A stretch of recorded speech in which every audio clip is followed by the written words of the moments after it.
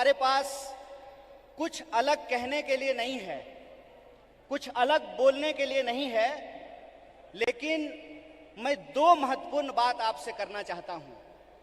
पहली बात तो ये कि मैं नहीं समझता हूं कि ये मंच सिर्फ और सिर्फ आरएसएस और बीजेपी को कोसने के लिए है। ये मंच सिर्फ और सिर्फ मोदी जी क्या कर रहे हैं इसके बारे में बताने की है, क्योंकि वो तो आप सब लोग जानते हैं।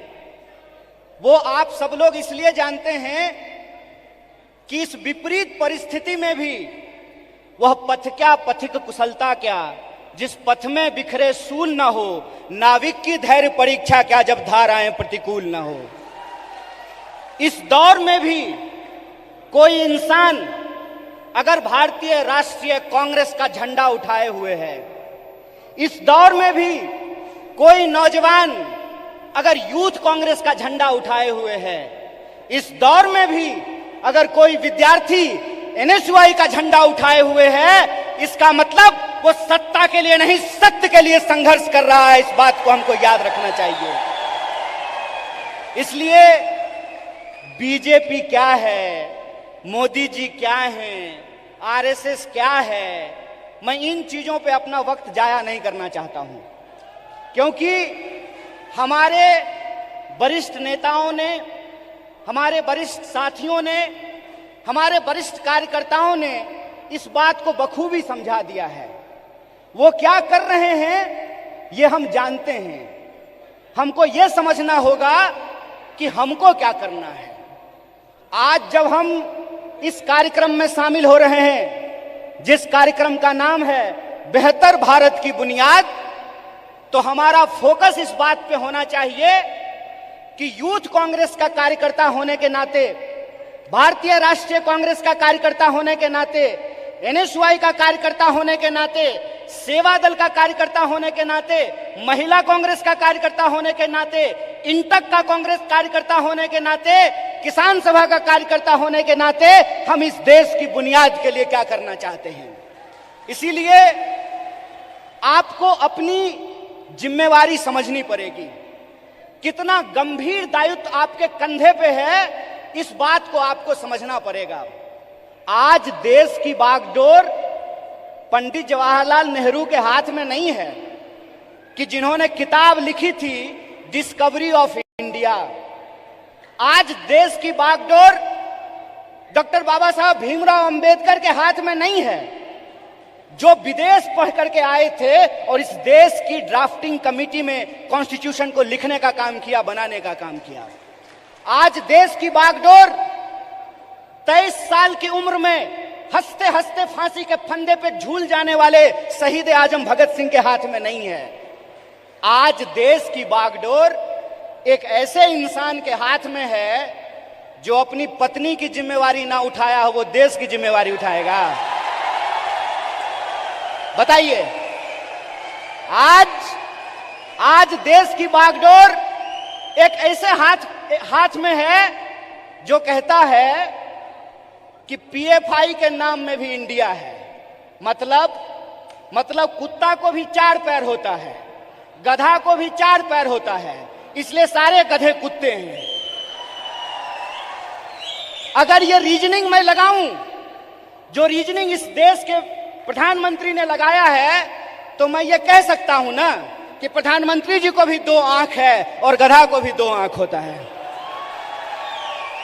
बोलिए, मैं ये बात क्यों कह रहा हूं? मेरा कोई मकसद नहीं है कि मैं भाजपा, मोदी और आरएसएस की चर्चा करूं।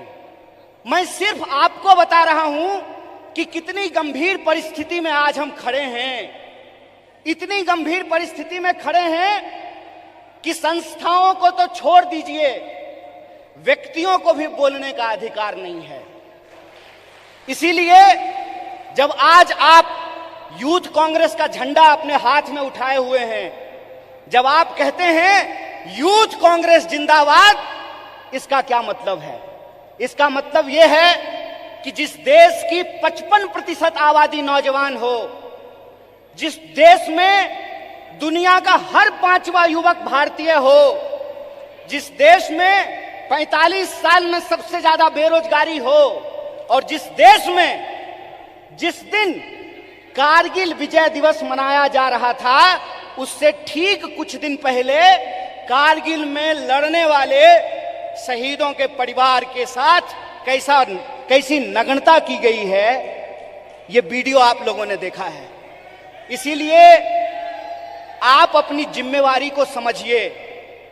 आप इस गंभीर समय में जो आपकी भूमिका है उसको आपको समझने पड़ेगी। और मेरा मानना बिल्कुल साफ है, जैसे बिना विचार की कोई राजनीति नहीं होती है, उसी तरह से बिना नौजवान के, बिना विद्यार्थी के कोई पार्टी सत्ता में नहीं आ सकती है। इस बात को याद रखिएगा।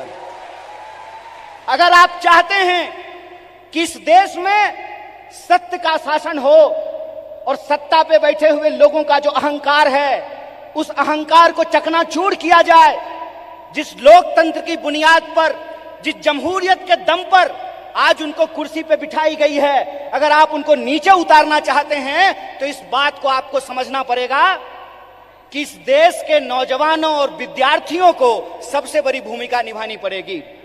अगर भारतीय राष्ट्रीय कांग्रेस शरीर है तो एनएसयूआई और यूथ कांग्रेस को दोनों हाथ मलना पड़ेगा। यह बात हम लोगों को समझना होगा। जब तक इस देश का फर्स्ट टाइम वोटर, जिसके मैसेज में, जिसके स्नैपचैट पे, जिसके इंस्टाग्राम में, जिसके व्हाट्सएप पे झूठ परोस करके, मिस इन्फॉर्मेशन परोस करके उनको गुमराह किया गया है, जब तक उनके सामने हम सच्चाई लेकर के नहीं जाएंगे, जब तक हम घर घर नहीं पहुंचेंगे, जब तक हम स्कूल स्कूल नहीं पहुंचेंगे, विश्वविद्यालय विश्वविद्यालय नहीं पहुंचेंगे, तब तक इस सत्ता पे बैठे हुए लोगों को हम सत्ता से बाहर नहीं कर सकते हैं और लोकतंत्र को बचा नहीं सकते हैं। जो सवाल है यहां पर कि भारत का बुनियाद क्या है, भारत का बुनियाद है इंडिया। यह बात हम लोगों को समझना पड़ेगा। भारत का बुनियाद है इंडिया, और वो जो इंडिया है, वो इंडिया एक सोच है, और वो सोच को हमको एक एक कार्यकर्ता को अपने व्यवहार में लेकर के आना पड़ेगा। अगर हम महात्मा गांधी का उदाहरण आपके सामने रखें तो किस तरह का एग्जाम्पल हमको देखने का मिलता है। गांधी जी ऐसे नहीं थे कि बुनियाद भारत के कार्यक्रम में आए हैं, कर्नाटक में सरकार भी है तो थोड़ा फोटो वोटो खिंचा करके चल देंगे, ऐसे नहीं होगा। ये मैं आपकी आलोचना नहीं कर रहा हूं, ये मैं अपनी आलोचना कर रहा हूं। गांधीवादी तरीका यह है कि चंपारण में जब किसान लड़ रहे थे तो गांधी जी शहर छोड़ करके चंपारण चले गए, वहीं आश्रम बना दिया, महीनों तक लड़ते रहे और अंग्रेजों को धूल चटा दिया। ये गांधीवादी तरीका है। 100 समस्याएं होंगी, 100 समस्याएं होंगी, 1000 समस्याएं होंगी। बतौर फ्रंटल ऑर्गेनाइजेशन मैं बार बार कह रहा हूं, भारतीय राष्ट्रीय कांग्रेस तभी मजबूत हो सकता है जब यूथ कांग्रेस और एनएसयूआई मजबूत होगा। इस बात का संकल्प हमको लेना पड़ेगा। और वो मजबूती कैसे होगी? वो मजबूती ऐसे होगी, गांधीवादी तरीके से होगी कि हम एक समस्या को उठाएंगे, लगातार आंदोलन करेंगे, और जब तक सरकार और प्रशासन को झुका न दें, अपने आंदोलन को वापस नहीं लेंगे। ये तरीका हमको अपनाना पड़ेगा। और एक बात याद रखिएगा, जब आप आंदोलन जीतते हैं, जब आप संघर्ष को जीतते हैं, तो टिकट का सवाल अपने आप सॉल्व हो जाता है। यह बात मैं इसलिए कह रहा हूं कि शायद लोगों को इस देश के इतिहास को दोबारा जाकर के देखने की जरूरत है। क्यों? क्योंकि हम उस पार्टी से हैं जिस पार्टी ने इस देश को आजादी दिलाई है। अभी कलाकार ने आजादी की बात की, हाथों की आजादी की बात की, देश की आजादी की बात की, तो एक एक भारतीय राष्ट्रीय कांग्रेस के कार्यकर्ता को गर्व से यह बात कहनी चाहिए कि हम वो लोग हैं जो इस देश को आजादी दिलाए हैं और आजाद देश में आजादी को बचाएंगे भी। इस बात को हमको याद रखना है। और अगर हमने इसका संकल्प लिया है तो मैं एक उदाहरण आप लोगों को देना चाहता हूं, खास करके जो हमारी महिलाएं यहां पे बैठी हुई हैं। जब कांग्रेस पार्टी हार गई थी श्रीमती गांधी के नेतृत्व में, तो उस वक्त लोगों ने कहा था कि कांग्रेस समाप्त हो गया है। उसके बाद श्रीमती गांधी बिहार गई थी, जहां से मैं आता हूं। वहां पे एक नरसंहार हुआ था और श्रीमती गांधी हाथी पे बैठ करके गई थी शोषितों से मिलने के लिए, उन नरसंहार के जो पीड़ित थे उन परिवारों से मिलने के लिए। और उनके साथ हाथी पे बैठी हुई एक महिला थी, जिस महिला का नाम प्रतिभा देवी सिंह पाटिल है, जो इस देश की पहली महिला राष्ट्रपति बनी थी। इसीलिए हम कहते हैं, गीता में भी लिखा हुआ है कि कर्म करो, फल की चिंता मत करो। आज आप यूथ कांग्रेस के कार्यकर्ता हैं, एनएसयूआई के कार्यकर्ता हैं, आपको कर्म करने की जरूरत है। और हमारा कर्म क्या है? हमारा कर्म है अपने विचार पर चलना। और हमारा विचार क्या है? हमारा विचार है इस देश का संविधान, संविधान की प्रस्तावना।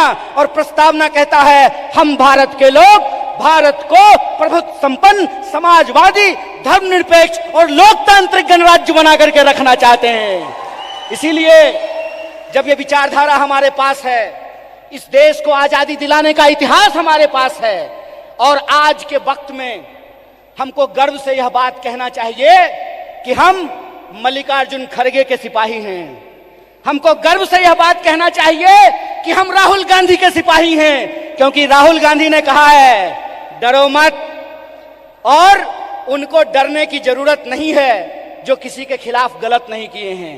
उनको डरने की जरूरत नहीं है जो झूठ बोलते हैं। जो झूठ बोलते हैं वो डरें, जो सत्य पर चलते हैं उनको डरने की जरूरत नहीं है। एक निडर सिपाही की तरह जिस तरह से माननीय राहुल गांधी जी विपक्ष की मुखर आवाज बने हैं, उस आवाज को हमको घर घर पहुंचाना होगा।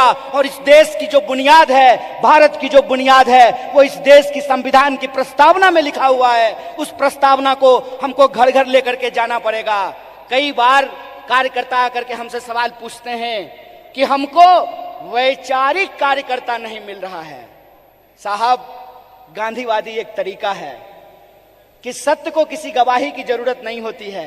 और गांधीवादी तरीका यह होता है कि आपको बोलने की जरूरत नहीं है, एक्शन ही आपका कम्युनिकेशन होना चाहिए। आपके एक्शन में वो सारी बातें दिखनी चाहिए। एक बात कहिए कि मैं बहुत महंगा शर्ट पहन करके, मोटा मोटा सोना का सिकड़ी पहन करके, 5 करोड़ का गाड़ी लेकर के आपके पास आऊं और मंच पे खड़ा होकर के गरीबी पे भाषण दूं, आप हम पे भरोसा कीजिएगा? एक्शन ही कम्युनिकेशन होता है। हमको अपने एक्शन को अपना कम्युनिकेशन बनाना पड़ेगा। और हमारा कम्युनिकेशन बिल्कुल साफ है। हमारा कम्युनिकेशन बिल्कुल साफ है कि यह देश सबका था, सबका है और सबका रहेगा। यह हमारा संकल्प है। हमारा संकल्प है कि इस देश में पैदा होने वाला कोई भी व्यक्ति, चाहे उसकी जाति कुछ भी हो, इस देश में पैदा होने वाला कोई भी इंसान, चाहे उसका लिंग कुछ भी हो, इस देश में पैदा होने वाला कोई भी मनुष्य, चाहे उसका धर्म कुछ भी हो, वो इस देश का नागरिक है। और नागरिक होने का मतलब होता है कि राजा का बेटा राजा नहीं बनेगा। लोकतंत्र में वोट से तय होगा कि हमारा शासक कौन बनेगा। और यह जो लोकतंत्र है, यह लोकतंत्र ही भारत की बुनियाद है। यह लोकतंत्र ही भारत की बुनियाद है। और इसी लोकतंत्र को बचाने का काम यूथ कांग्रेस के एक एक कार्यकर्ताओं को करना पड़ेगा। हम जो झंडा अपने कंधे पे लिए हैं, यह झंडा सिर्फ एमपी एमएलए बनने के लिए नहीं है। यह झंडा इस देश की आजादी को बचाने के लिए। इस बात को याद रखिएगा। इस देश में 2 तरह के लोगों के बीच लड़ाइयां हो रही है। इस मुल्क में 2 तरह के लोग हैं। एक वो लोग हैं जो नफरत फैलाते हैं, एक वो लोग हैं जो इंसान को आपस में बांटते हैं, एक वो लोग हैं जो ऊंच नीच करते हैं, एक वो लोग हैं जो इंसान को लड़ा करके इस देश की शक्ति को कमजोर करते हैं। एक हम वो लोग हैं जो नफरत के खिलाफ हमको मोहब्बत की आवाज को बुलंद करना पड़ेगा। और आखिरी बात अपनी बोल करके खत्म करूंगा। जब साहब गा रहे थे तो इनकलाब की बात कर रहे थे, लेकिन हमारे कुछ कार्यकर्ता उसको मोहब्बत की तरह ले रहे थे।